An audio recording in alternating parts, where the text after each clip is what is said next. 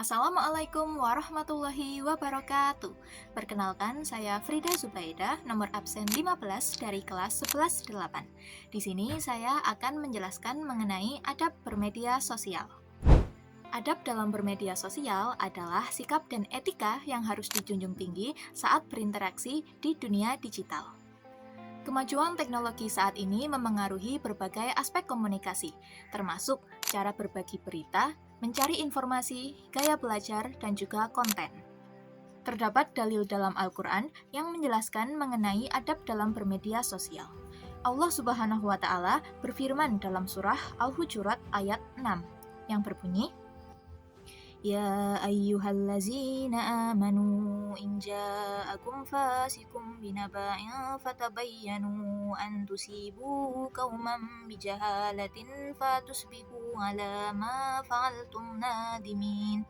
Yang artinya, wahai orang-orang yang beriman, jika seorang fasik datang kepadamu membawa berita penting, maka telitilah kebenarannya agar kamu tidak mencelakakan suatu kaum karena ketidaktahuanmu, yang berakibat kamu menyesali perbuatan itu. Surah Al-Hujurat ayat 6 sendiri menjadi pedoman kita dalam menerima informasi. Penting untuk selalu mengecek kebenarannya. Nah, pengecekan tersebut bisa dilakukan dengan cara menanyakan langsung kepada pemberi informasi atau merujuk kepada sumber resmi yang terpercaya. Nah, dalam sosial media sendiri, kalian pasti sudah tidak asing dengan penyebaran berita bohong. Allah Subhanahu wa Ta'ala dalam surah An-Nur ayat 19 memperingatkan tentang bahaya menyebarkan berita bohong dengan menyertakan akibat dari perbuatan tersebut.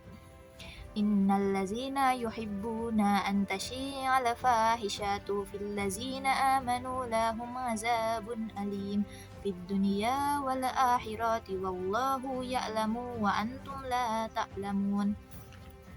Artinya, sesungguhnya orang-orang yang senang atas tersebarnya berita bohong yang sangat keji itu di kalangan orang-orang yang beriman, mereka mendapat azab yang sangat pedih di dunia dan di akhirat.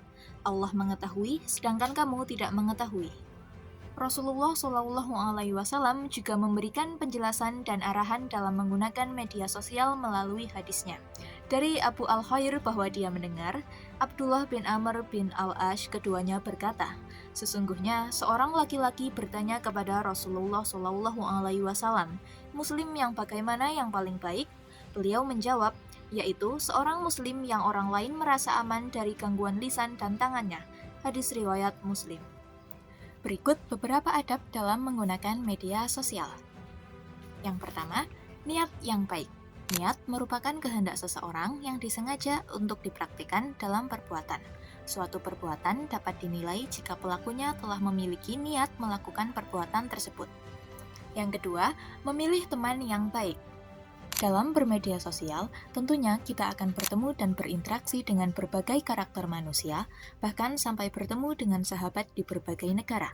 Pilihlah teman di media sosial yang baik untuk menjalin silaturahmi, saling berbagi informasi yang baik, dan saling mengingatkan untuk melakukan perbuatan positif.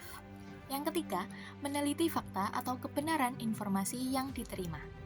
Saring sebelum sharing adalah prinsip penting saat menerima informasi, baik berupa teks, foto, maupun video dari teman.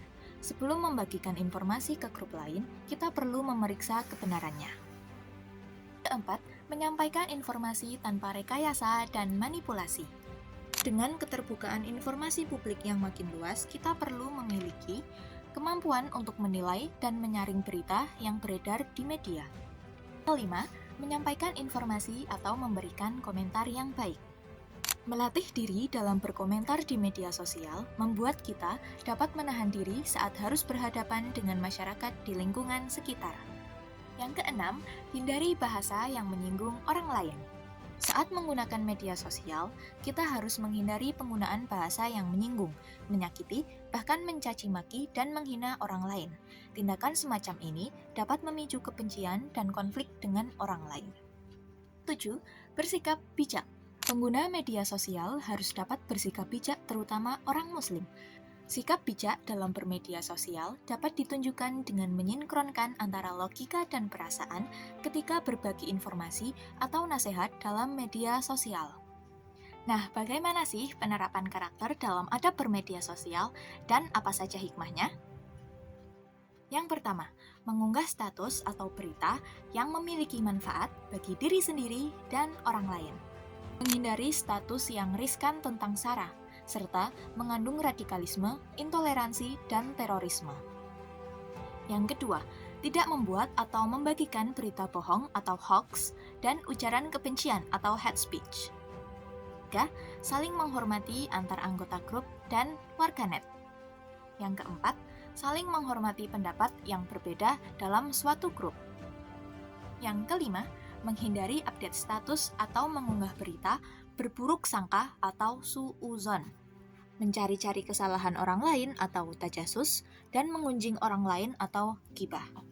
Nah, mematuhi adab dalam bermedia sosial memiliki banyak hikmah bagi diri sendiri maupun orang lain. Yang pertama, menjaga reputasi dan kehormatan diri. Yang kedua, mencegah konflik dan kesalahpahaman. Yang ketiga, membangun lingkungan digital yang positif. Yang keempat, menghindari penyebaran berita hoax. Yang kelima, menumbuhkan rasa tanggung jawab dan etika digital. Nah, sekian dari saya. Terima kasih sudah menonton. Semoga ilmu yang saya sampaikan dapat bermanfaat bagi teman-teman semua. Wassalamualaikum warahmatullahi wabarakatuh.